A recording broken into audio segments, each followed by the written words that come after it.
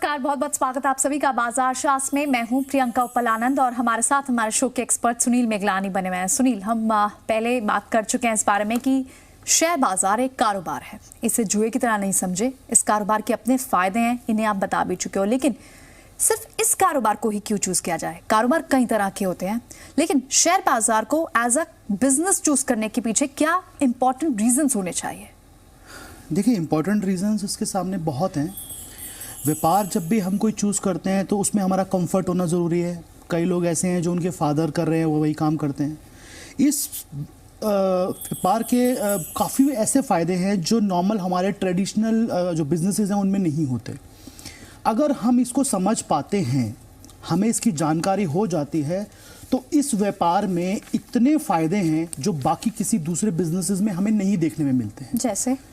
जैसे आप दुनिया का कोई भी काम, कोई भी धंधा इस तरह का नहीं है जिसमें उधार ना दिया जाता हो, ना लिया जाता हो। सिर्फ अकेला यही एक काम है, नो क्रेडिट। लेना कैश का, देना कैश का, इधर भी कैश उधर भी कैश। दुनिया का एक बिजनेस नहीं है ऐसा जिसमें दोनों तरफ कैश हो, आगे भी कैश पीछे भी कैश। चाहे रिटेल सेल कहा जाए, वहां पे भी कहीं ना कहीं थोड़ी बहुत उधारी देनी पड़ जाती है। इस बिजनेस में आपने अगर कोई सौदा ले लिया तो आपको 3 दिन बाद पैसे चुकाने ही पड़ेंगे, और बेच दिया तो 3 दिन बाद पैसे आ जाएंगे आपके। बिल्कुल 100% कैश का काम है, कहीं कोई उधार नहीं है। आपको नहीं पता है कि हमारा कोई पैसा मार लेगा, कोई ले जाएगा। इस बिजनेस में वो टेंशन नहीं है। राइट 100% ट्रांसपेरेंसी है इस बिजनेस में। दुनिया का एक बिजनेस ऐसा नहीं है जिसमें इतनी ट्रांसपेरेंसी हो। आपके सामने दोनों रेट आ रहे हैं, बायर भी सामने खड़ा है, सेलर भी सामने खड़ा है। जो रेट मुझे दिखाई दे रहा है वही रेट मॉरिशस में बैठे किसी एफआईज को दिखाई दे रहा है, वही चेन्नई में कोई आदमी बैठा उसको दिखाई दे रहा है। मतलब ऐसा नहीं है कि अगर मैं छोटा आदमी हूं तो मुझे भी थोड़ा सा माल फालतू रेट में मिल जाएगा, ऐसा नहीं है। यानी कोई ट्रेड सीक्रेसी नहीं है, सब कुछ खुला है सबके सामने, हर चीज सामने है बिल्कुल आपके।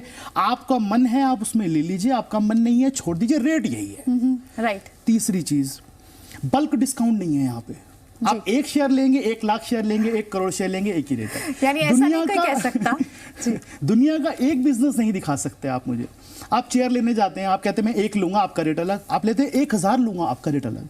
इसके अलावा एक फायदा इसका यह है कि आप किसी भी समय अपने बिजनेस में से एग्जिट हो सकते हैं। एक बिजनेस बता दीजिए आप मुझे, आज मेरा फैक्ट्री है, उस फैक्ट्री में 2000 लोग काम करता है, 1000 लोग काम करता है, 200 लोग काम करता है। मैं आज सोचता हूं उसको छोड़ने का, अपना बिजनेस को। मेरा मन में आ गया मुझे इसमें से बाहर निकलना है। कितना समय लगेगा मुझे उसे छोड़ने में? समय भी लगेगा, सालों लग जाएंगे। समय भी लगेगा और पॉकेट से बहुत पैसा भी जाएगा, उसको बंद करने के लिए। वो पॉइंट भी है, समय कितना लगेगा उसको छोड़ने में। मुझे दुनिया से पैसा लेना भी है, माल भी पड़ा है, सब कुछ पड़ा है, इतना बड़ा इंफ्रास्ट्रक्चर है। क्या है यहाँ पे? क्या है? रात को 10:30 बजे आपने सोच लिया कि मुझे एग्जिट करना है, सुबह 9:15 आप मार्केट से बाहर। बिल्कुल सारा पैसा घर में, और कोई एग्जिट के लिए आपको टाइम नहीं देना। एग्जिट कॉस्ट, जैसे आपने अभी बोला, दुनिया के किसी बिजनेस में अगर आप निकलना चाहते हैं, किसी भी बिजनेस में आप निकलना चाहते हैं, आपको कितना बड़ा कॉस्ट देना पड़ता है। जो आपने इन्वेस्टमेंट्स किया है उसका 50% भी हाथ में नहीं आता, 40 भी हाथ में नहीं आता। शायद आपके साथ कोई पार्टनरशिप में भी है, उसके साथ भी सेटलमेंट करनी होगी, सब कुछ करना होगा। बायर से पैसा नहीं आ पाएगा, आपके पास जो माल पड़ा है, जो रॉ मटेरियल पड़ा है वो डेड हो जाएगा, इंफ्रास्ट्रक्चर डेड हो जाएगा, हर चीज खत्म हो जाएगा। यहाँ पे आपको इंपैक्ट कॉस्ट नहीं है अपने बिजनेस से बाहर निकलने का, एग्जिट कॉस्ट है ही नहीं। जो मार्केट में रेट आ रहा है, सेल का सौदा दबाइए, आपका माल गया। मतलब एक क्लिक में आप उस बिजनेस से बाहर। बिल्कुल। और भी बहुत फायदे हैं इस बिजनेस के। आप अपने काम को छोड़ के, आज आपका कोई भी बिजनेस करते हैं, आपका शॉप है, आपका फैक्ट्री है। आज आप सोचिए, एक बिजनेसमैन अगर अपने काम को छोड़ के 3 महीने के लिए छुट्टी मनाने जाना चाहता है मॉरिशस अपने बच्चों के साथ, वापस आएगा, उसके हाल क्या मिलेगा बिजनेस का? क्या वो होगा बिजनेस वहां पे? पहले तो वो 3 महीने तक बिना टच में रह नहीं पाएगा, जा ही नहीं सकता। यहाँ पे क्या है, आपने आज सोच लिया कि मुझे 3 महीने काम छोड़ना है, मुझे मतलब जाना है छुट्टी पे। सारे सौदे काटिए, लैपटॉप कीजिए बंद और चले जाइए। 3 महीने बाद जब आएंगे, लैपटॉप खोलेंगे, फिर दुकान शुरू। कोई छुट्टी लेनी नहीं पड़ेगी। ऐसे मिलेगा ये मार्केट, फला फूला, जैसे आप छोड़ के गए थे वैसे मिलेगा, अच्छा मिलेगा पहले से। कोई आपके बिजनेस, अगर ये बिजनेस है, इस पे इंपैक्ट नहीं करेगी आपकी एब्सेंस। आप यहाँ नहीं है तो बंद हो जाएगा। फिजिकली आपको यानी प्रेजेंट होना जरूरी नहीं है, और ये भी जरूरी नहीं है कि एक पर्टिकुलर जगह पे आप प्रेजेंट हो। बिल्कुल, दुनिया के किसी भी कोने से आप कर सकते हैं। आप हांगकांग के किसी होटल के टॉयलेट में बैठ के भी काम कर सकते हैं, इससे ज्यादा नहीं बोलना चाहिए जी। अब वहां पे बैठ के भी ये काम कर सकते हैं। राइट। आपके पास एक लैपटॉप, एक इंटरनेट होना चाहिए, दुनिया का कोई भी कोना, आजकल टेक्नोलॉजी इतना अच्छा है, आपके हाथ में फोन है, आप कर सकते हैं। राइट। कहीं से भी अपने बिजनेस को आप हैंडल करना चाहें, आप छुट्टियां मना रहे हैं, आप कहीं घूमने गए हैं, कहीं शादी पे गए हैं, आपके पास अपना सिस्टम है, आप वहीं से बैठ के सौदा ले सकते हैं, सौदा बेच सकते हैं। एक काम आप मुझे दुनिया का बता दीजिए जिसमें ऐसा हो। कोई आपका काम इफेक्ट ही नहीं होगा कि आपकी लोकेशन बदलती है तो। कोई गवर्नमेंट डिपार्टमेंट का इंटरफेरेंस नहीं है आपको, कोई लेबर लॉज नहीं है आपके ऊपर, कोई दूसरे लॉज नहीं है, कोई ESI PF कुछ नहीं, सिर्फ आपको STT चुका देते हैं, अब आपका खत्म, आप बाद में आपको इनकम टैक्स देना है, दैट्स इट। Right. कोई गवर्नमेंट आपके पास पूछने नहीं आएगी क्या कर रहे हैं, ये क्यों लगा लिया आपने, वो क्यों लगा लिया आपने, कुछ नहीं। कुछ नहीं है आपको, एक्सपेंशन कॉस्ट नहीं है। आज मेरे पास में 200 एम्प्लॉय काम करता है, मेरा एक फैक्ट्री है, मेरा 2 करोड़ का टर्नओवर है, 4 करोड़ का टर्नओवर है, मैं चाहता हूं इसको 20 करोड़ करना, कितना एक्सपेंशन कॉस्ट लगेगा मुझे, कितना एम्प्लॉय बढ़ाना पड़ेगा, कितना इंफ्रास्ट्रक्चर बढ़ाना पड़ेगा, कितनी जमीन चाहिए होगी। यहाँ पे एक्सपेंशन कॉस्ट कुछ है ही नहीं। कुछ आपने आज आप 1 करोड़ का काम कर रहे हैं, आज आप 5 लाख का काम कर रहे हैं, आप कल सोचते हैं मुझे 1 करोड़ का काम करना है, सिर्फ आइए जीरो लगा दीजिए, जो 100 ले रहे हैं 1000 लेना शुरू कर दीजिए, 1000 ले रहे हैं 1 लाख लेना शुरू कर पूरी दीजिए। कैपिटल आपकी यूज हो सकती है, पूरी कैपिटल उसी Entire बिजनेस capital। में उसी लैपटॉप पे बैठ के आप अपनी यूटिलाइज कर सकते हैं। आपकी एनालिसिस भी वही रहेगी, आपका रिसर्च भी वही रहेगा, सब Right. कुछ वही रहेगा, सिर्फ जीरो लगाना रहेगा, सिर्फ क्वांटिटी बढ़ानी है आपको। और यही एक्सपेंशन अगर हम किसी और बिजनेस में सोचते हैं करने की तो बहुत सारी फॉर्मेलिटीज पहले पूरी करनी पड़ती है, लीगल फॉर्मेलिटीज पूरी करनी पड़ती है। बहुत वैलिड पॉइंट है ये। जितने मर्जी अमाउंट से आप स्टार्ट कर सकते हैं। राइट। 20,000 रुपए भी हैं आपके पास, आप आ जाइए, आप काम कर लीजिए। 5,000 से भी शुरुआत कर सकते दुनिया हैं। का कोई बिजनेस ऐसा नहीं है जिसमें ऐसा नहीं हो कि आपको कैपिटल रिक्वायर्ड पहले ना पता हो कि हाँ मुझे इतनी कैपिटल नहीं होगी तो मैं नहीं कर पाऊंगा। आज मैं ऑयल का फैक्ट्री लगाना चाहता हूं तो मेरा 20,000 में लग जाएगा, नहीं बिल्कुल लगेगा, नहीं लगता। ये काम हो जाएगा। तो इस बिजनेस में आप देखिए, आप इनडायरेक्टली कितने फायदे हैं। हाफ डे वर्किंग, 3:30 बजे छुट्टी हो जाएगा आपका। Right. किसी बिजनेस में होता है? नहीं होता। किसी जॉब में भी नहीं होता। 5 दिन का कन्विंसिंग बिजनेस है, 5 दिन का वर्किंग आवर्स है। Right. 5 दिन आपको काम करना है, बीच में छुट्टी, जो सरकारी छुट्टी होगी सब मिलेंगी आपको। कैसा धंधा है आप सोचिए। सिर्फ प्रॉब्लम करना नहीं आता, अगर करना आ जाए तो आप सोचिए, आपके सामने कोई आदमी अगर सारा दिन बैठा रहेगा, आपने अपने लैपटॉप पे बैठ के क्या कमाया वो जज नहीं कर सकता। सिर्फ यही धंधा ऐसा जहां हो सकता है। आपका कोई रिलेटिव, कोई जानकार, कोई दोस्त आपका पैसा, इनकम जज नहीं कर सकता कि आप क्या कमा रहे हैं। राइट। आप कोई फैक्ट्री लगाते हैं, रोज लोग आ रहे हैं, जा रहे हैं, माल आ रहा है, वो देखेगा बहुत काम है यहाँ इनके पास, तो बहुत पैसा कमा रहा होगा। यहाँ पे उसको पता ही नहीं चलेगा। आप चाहे 5 उसे लाख, खुद नहीं पता चल पाता कि उसका नेट लॉस में है या गेन में है। उसे एटलीस्ट 1 महीना या क्वार्टर तक तो रुकना ही पड़ेगा अपना बिल्कुल, बिल्कुल। अपने एस्टिमेट्स लगाने के कोई लिए। दूसरा आदमी आपकी इनकम को जज ही नहीं कर पाएगा कभी भी। इस बिजनेस में इतने सारे इनडायरेक्टली फायदे हैं जो दुनिया के किसी बिजनेस में नहीं है। सिर्फ यहाँ पे प्रॉब्लम क्या है, इनमेच्योरनेस है हमारे इंडिया में। अभी बहुत इनमेच्योर हैं लोग, उन्हें मालूम नहीं है कि इसको लेना कैसे है, इसको समझना कैसे है। आपको अपनी प्रायोरिटीज तय करनी होंगी, आपको मालूम करना होगा आप किस तरह के ट्रेडर हैं, इन्वेस्टर हैं, क्या हैं आप। राइट। अगर आपको वो चीज हो जाती है क्लियर, तो इससे बढ़िया मेरा ख्याल में कोई दुनिया में बिजनेस नहीं है। जी, यानी स्टॉक मार्केट को एज अ बिजनेस लेना चाहिए, ये हम पहले भी डिस्कस कर चुके हैं। लेकिन इससे बिजनेस की सिर्फ इसी को क्यों बिजनेस लिया जाए, दूसरे भी तो और बिजनेस है, इसके क्या एडवांटेजेस है। बहुत wonderfully you explained us. In fact ये तमाम सारी बातें, छोटी छोटी बातें हैं जो शायद अब इस वक्त मैं बहुत कन्विंस्ड हो गई, तो आई एम सो श्योर कि व्यूअर्स को भी लग रहा होगा कि ये बातों पर पहले क्यों नहीं गया। बस इसे करना आना चाहिए, ये एक बहुत बड़ा क्लॉज है। और यही तो लगातार कोशिश रह रही है कि इसे करा कैसे जाए ताकि हमेशा हमारी जेब मुनाफे से भरी रहे। यही कोशिश है और लगातार सुनील हमारे साथ शो में बने हुए हैं। फिलहाल वक्त एक छोटे से ब्रेक का, जल्द वापस हाजिर होंगे और साथ ही व्यूअर्स से भी बात करेंगे, यानी आज के व्यूअर्स से भी जानेंगे कि क्या है उनका आज का सवाल। छोटे से ब्रेक के बाद जल्द लौटते हैं, कहीं मत जाएगा आप।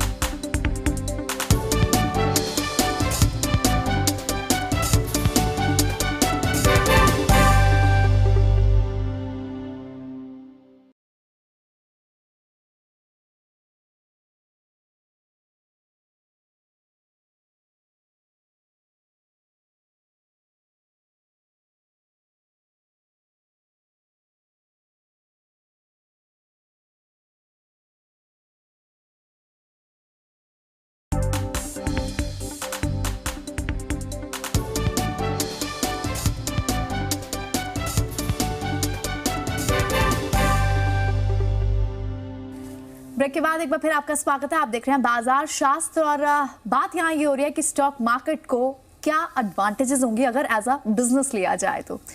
सुनील, स्टॉक मार्केट को एज अ बिजनेस लिया जाए, अब इसमें कई तरह के ट्रेड्स हो सकते हैं, शॉर्ट टर्म भी, लॉन्ग टर्म भी। लेकिन मुझे ऐसा याद है कि हमने जब पहले आपसे बात की थी और लॉन्ग टर्म इन्वेस्टमेंट के मुझे आप बहुत फेवरेबल नहीं लगे। लॉन्ग टर्म इन्वेस्टमेंट के खिलाफ नहीं है हम लोग एक्चुअली, लेकिन होता क्या है कि जितने भी लोगों से हमारा मिलना जुलना होता है या जितने भी व्यूअर्स हैं आपके देखने वाले, उनको लॉन्ग टर्म इन्वेस्टमेंट का एक्चुअल समझ नहीं है। हमारा कहना यह है कि लॉन्ग टर्म इन्वेस्टमेंट जरूर होना चाहिए, लेकिन वो फैसला आपके चुनाव से होना चाहिए, दबाव से नहीं। राइट।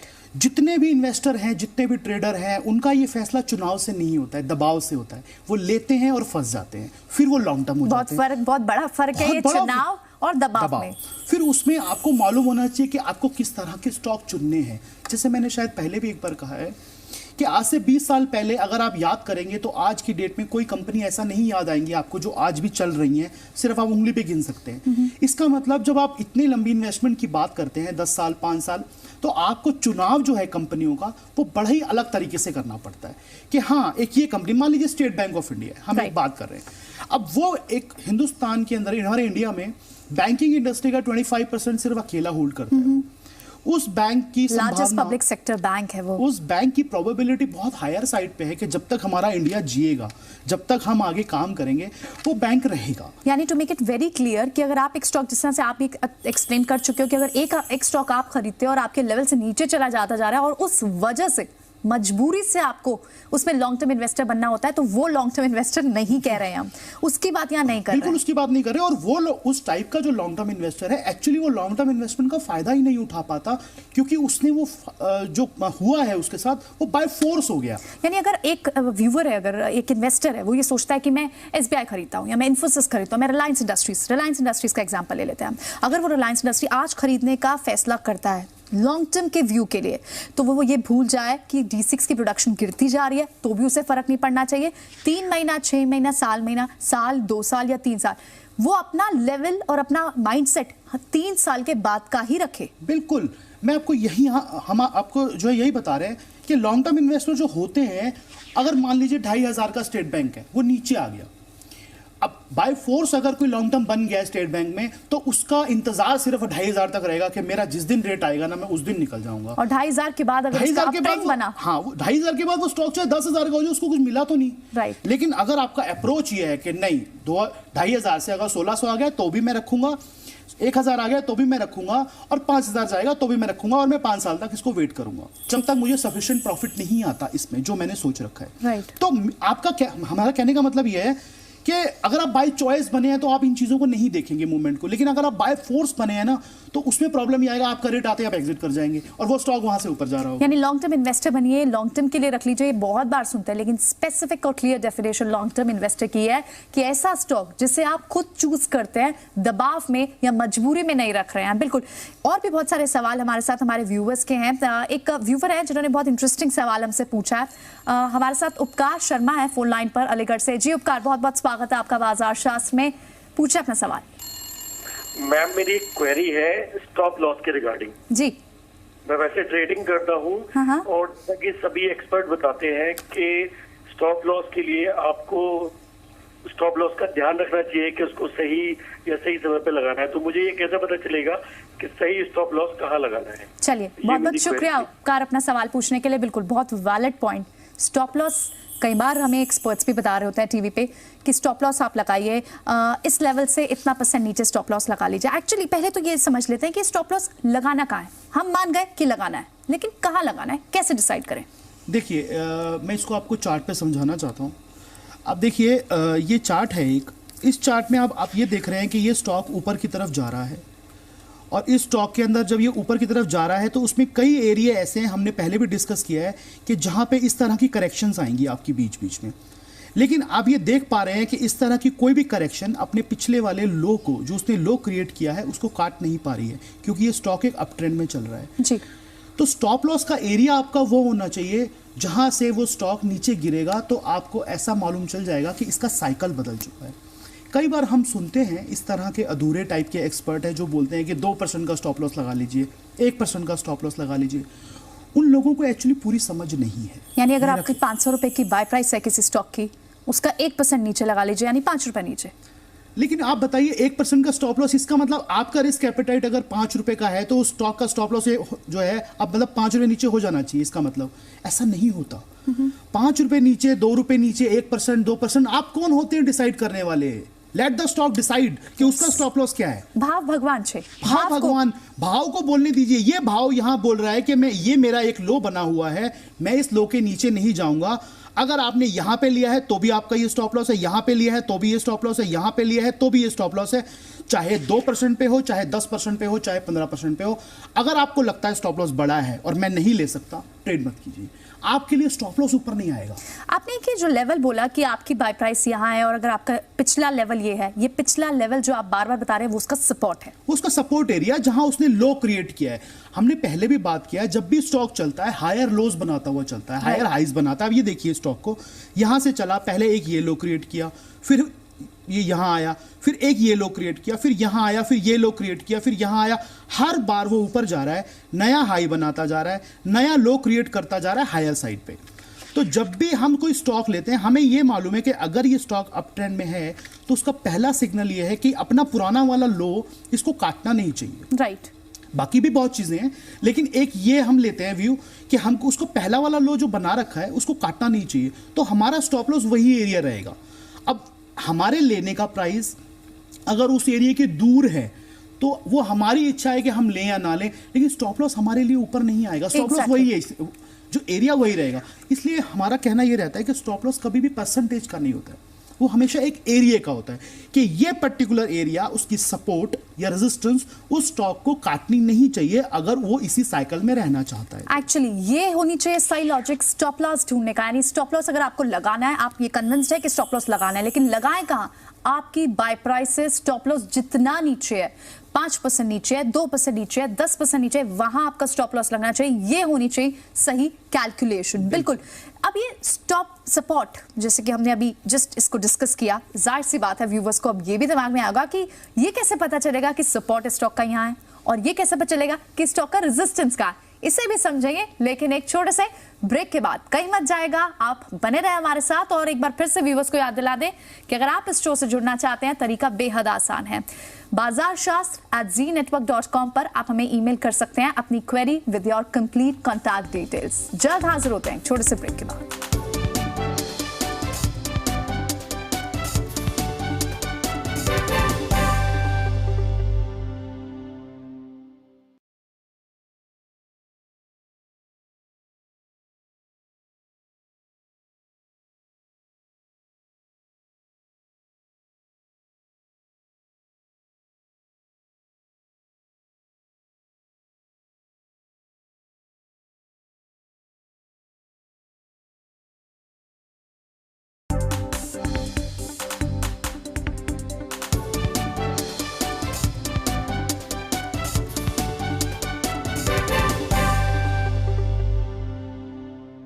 ब्रेक के बाद एक बार फिर आपका स्वागत है। आप देख रहे हैं बाजार शास्त्र। सुनील, अभी आपने एक बात कही कि जो सपोर्ट और रेजिस्टेंस, हमने कहा कि भाव को डिसाइड करने दीजिए, प्राइस को डिसाइड करने दीजिए कि उसका सपोर्ट या रेजिस्टेंस कहाँ है।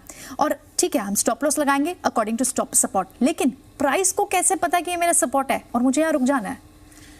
प्राइस को मालूम होता है उसका सपोर्ट है, उसी ने तो बनाया है, आपने भी नहीं बनाया, मैंने भी नहीं बनाया। उसको मालूम है उसका सपोर्ट कहाँ है। वो जब चलता है, देखिए इंटेंशनली वो सपोर्ट बनाता हुआ नहीं चलता। कोई भी प्राइस कहीं पे भी जाएगा, नीचे से ऊपर जा रहा है, ऊपर से नीचे आ रहा है, प्राइस आपको मालूम है, चलते हुए वो कई जगह पे रुकता है। वो रुकने का एरिया ऑटोमेटिकली उसकी सपोर्ट बन जाता है। जैसे मैं आपको एग्जांपल समझाता हूँ। आप पहाड़ पे चढ़ रहे हैं, वैष्णो देवी का हमने एक बार पहले भी बात किया है। आप पहाड़ पे जा रहे हैं, आप पहले से सोच के निकलते हैं कि मैं इस चाय की दुकान पे रुकूंगा, यहाँ रुकूंगा, नहीं ना, नहीं। आप अनइंटेंशनली रुक जाते हैं वहां। मुझे जब जब जरूरत लगेगी पानी पीने की, मैं पानी के लिए पियेंगे। आप हर जगह रुकते हैं, कहीं पे 2 मिनट रुकते हैं, कहीं 5 मिनट रुकते हैं, कहीं आधा घंटा रुकते हैं, कहीं 1 घंटा रुकते हैं खाना खाने के लिए, कहीं कॉफी पीने के लिए रुकते हैं, कहीं थोड़ा सा नाश्ता करने के लिए रुकते हैं, कहीं सिर्फ पानी पीने के लिए रुकते हैं, या फिर कहीं सिर्फ ऐसे रेस्ट के लिए रुकते हैं। तो स्टॉक भी ऐसे बिहेव करता है। वो चलता है, थोड़ा सा रुकता है, फिर चलता है, थोड़ा सा रुकता है, फिर चलता है, ज्यादा रुकता है, फिर चलता है और ज्यादा रुकता है। तो ऐसे ही वो सपोर्ट की ऑटोमेटिकली सपोर्ट बनती चली जाती है। एक एरिया उसका ऐसा बन जाता है, रेजिस्टेंस, ऊपर जाते हुए रेजिस्टेंस बनती है उसकी कि हाँ इस एरिया में पहुंचा, इसके ऊपर नहीं जा पाया, थोड़ी देर रुका, फिर चला, फिर रुका, फिर चला। अब वापस जब वो आएगा तो वही एरिया उसका काम करेगा। ऊपर जाते हुए रेजिस्टेंस मिल रही है उसको सपोर्ट उसी एरिया में मिलेगी। अब ये सबसे बड़ी दुविधा है आम आदमी के दिमाग में कि सपोर्ट डिसाइड कहां से होती है। वो स्टॉक ने खुद ही बताया है अपना। This example was so nice and connecting. ये जो वैष्णो देवी का आपने एग्जांपल दिया, यानी हर बार हर बार जब भी ऊपर चढ़ते समय, चढ़ाई चढ़ते समय जब जब रेजिस्टेंस लगी आप रुक गए। टेक्निकल टर्म्स में, मार्केट के टर्म्स में रेजिस्टेंस कर रहे हैं, हम थक गए हैं। नॉर्मल लैंग्वेज में हम स्टॉक भी थक जाता है एक्चुअली, स्टॉक भी थकता है तभी रुकता है ना वो। राइट, स्टॉक भी थक जाता है, इतना चलेगा, एनर्जी उसका लगेगा, वो रुकता है तो क्योंकि वो थक गया। ओवरबॉट बोलते हैं हम। ओवरबॉट क्या होता है? थक गया है स्टॉक, रुक गया है, दोबारा से एनर्जी गेन कर रहा है, फिर चलेगा।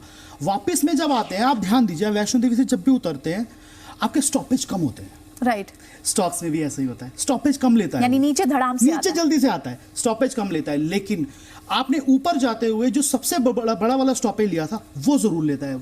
आप भी वही लेते हैं जहां आपने खाना खाया था।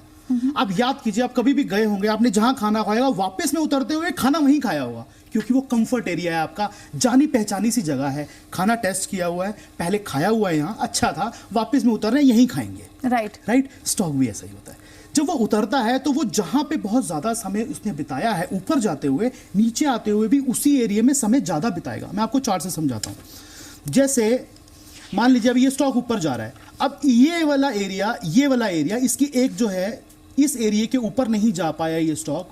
मैं आपको दिखाता हूं। आप हमें कोई स्टॉक स्पेसिफिक समझा रहे हैं? ये श्री सीमेंट है, ठीक है। ये स्टॉक यहां से आया, ऊपर जाने लगा, यहां पे आके इसको रेजिस्टेंस मिला, यानी कि ये रेस्ट एरिया है। बीच बीच में भी काफी जगह रुका, जैसे हमने बोला छोटे स्टॉपेज, ये बड़ा स्टॉपेज है। बड़े स्टॉपेज पे रुका, वहां से करेक्शन लिया इसने, एक जो नॉर्मल करेक्शन होता है। उसके बाद ये इस एरिया को इसने पार किया। इस एरिया को पार करने का इसने दोबारा यहाँ पे एक एरिया में रेस्ट किया। लेकिन आप देखेंगे, ये मैंने लाइन लगाया है, ये इस एरिया के नीचे नहीं आया। राइट, नहीं आया नीचे। क्यों नहीं आया? क्योंकि ये पहले रेजिस्टेंस था, ये एरिया इसकी सपोर्ट का काम कर रहा है। अब देखिए, अब इसकी रेजिस्टेंस बना हुआ था ये वाला एरिया, मैंने एक लाइन और लगा दिया यहाँ पे, ये एरिया इसका रेजिस्टेंस था, इसको इसने क्रॉस किया।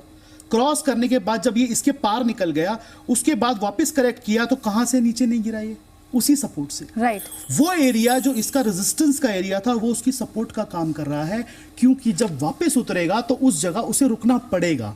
और उसके बाद एक ये बहुत बड़ा एरिया था, ये करीबन 2400-2500 की रेंज से 1600-1700 की जोन में ये इस स्टॉक ने, श्री सीमेंट ने करीबन 1 साल बिताया। जी, ये कंसोलिडेशन का फेज, ये कंसोलिडेशन का फेज है। अब एक रूल यहां आपको और बताता हूं मैं, अगर आप जहां पे बहुत ज्यादा समय रुक जाते हैं, उसको टॉप नहीं मान लेना चाहिए जब तक कि रिवर्सल के साइन ना आ जाएं। कई बार क्या होता है, स्टॉक बहुत ज्यादा टाइम रुक जाता है, लोग कहते हैं अब तो ठीक है, बहुत ऊपर चला गया, नीचे गिरेगा। आप मुझे एक बात बताइए, अगर आपको वैष्णो देवी आप जा रहे हैं, अगर आपको ये पता है कि आपके सामने, आप जहां आपने जाना है वो ज्यादा दूर नहीं है, 10 मिनट का रास्ता है, आप वहां पे 1 घंटे का स्टे लेंगे? बिल्कुल नहीं लूंगी। मैं वहां लेना चाहूंगी जहां मेरा भी रास्ता और है, शायद मिडवे में ले लेंगे। मिडवे में लेंगे आप। यानी कि अगर स्टॉक बहुत ज्यादा रुक रहा है और रिवर्सल के साइन नहीं दे रहा है, इट मींस मंजिल बहुत दूर मंजिल है। ये देखिए आप, ये यहाँ 1600 की जोन से आज इसका 4200, 4200 का रेट है स्टॉक का। यानी कंसोलिडेशन के फेज में आप थक कर परेशान मत हो जाइए। हाँ, आप वेट कीजिए कि वो अपनी चाल बदलेगा और ऊपर की तरफ जाएगा। ज्यादा समय आप वहां रुकते हैं जहां से आपकी मंजिल दूर होती है, आपको मालूम है। और एक बात और, जहां पर आपको, अगर आपको पता चल जाता है हाँ 5 मिनट रह गए मुझे पहुंचने में, या 2 किलोमीटर रह गया, 1 किलोमीटर रह गया, बहुत पास हूं, मुझे दिख गई, सामने मेरी मंजिल दिख गई, आपकी स्पीड बढ़ जाती है। बिल्कुल, यानी कंसोलिडेशन का फेज ओवर करते ही वो तेजी पकड़ता है और अप ट्रेंड जाता है। स्टॉक के अंदर टॉपिंग आउट के साइन हमें उस समय मिलते हैं जब वो तेजी पकड़ लेता है। वंडरफुल, जब वो तेजी पकड़ लेता है तो वो टॉपिंग आउट होने वाला है, क्योंकि उसकी मंजिल उसे दिख चुकी है। अगर आपको कोई ऐसा स्टॉक मिले जो आराम से चल रहा था, बिल्कुल आराम से चल रहा था, लेकिन अचानक भागना शुरू हो गया, आप समझ लीजिए अब उसने ज्यादा दूर नहीं जाना, क्योंकि उसको दिख चुका है जहां उसने जाना था वो पास ही है। Wow, wonderful example. In fact Vaishno Devi के इस रियल टाइम एग्जांपल से जिस तरह से कंपेयर किया, स्टॉक मार्केट में प्राइस भी ऐसे ही बिहेव करते हैं। और बहुत, आई एम सो श्योर कि हमारे व्यूवर्स को अब सपोर्ट और रेजिस्टेंस क्या है ये जरूर समझ आ गया होगा। इसी तरह के मजेदार कॉन्सेप्ट्स और भी लेकर आते रहेंगे। इनफैक्ट आपके इन बेसिक कॉन्सेप्ट्स का ही हल ढूंढने की इस कोशिश में बाजार शास्त्र जैसे शो की हमने शुरुआत किया है। लगातार आपके रिस्पांस मिलते रहे, यही हमारी कोशिश है। बाजार शास्त्र @znetwork.com पर अपनी क्वेरी, अपने सजेशन जरूर ईमेल करें। तब तक के लिए दीजिए इजाजत, अगले एपिसोड में फिर होगी आपसे मुलाकात। नमस्कार।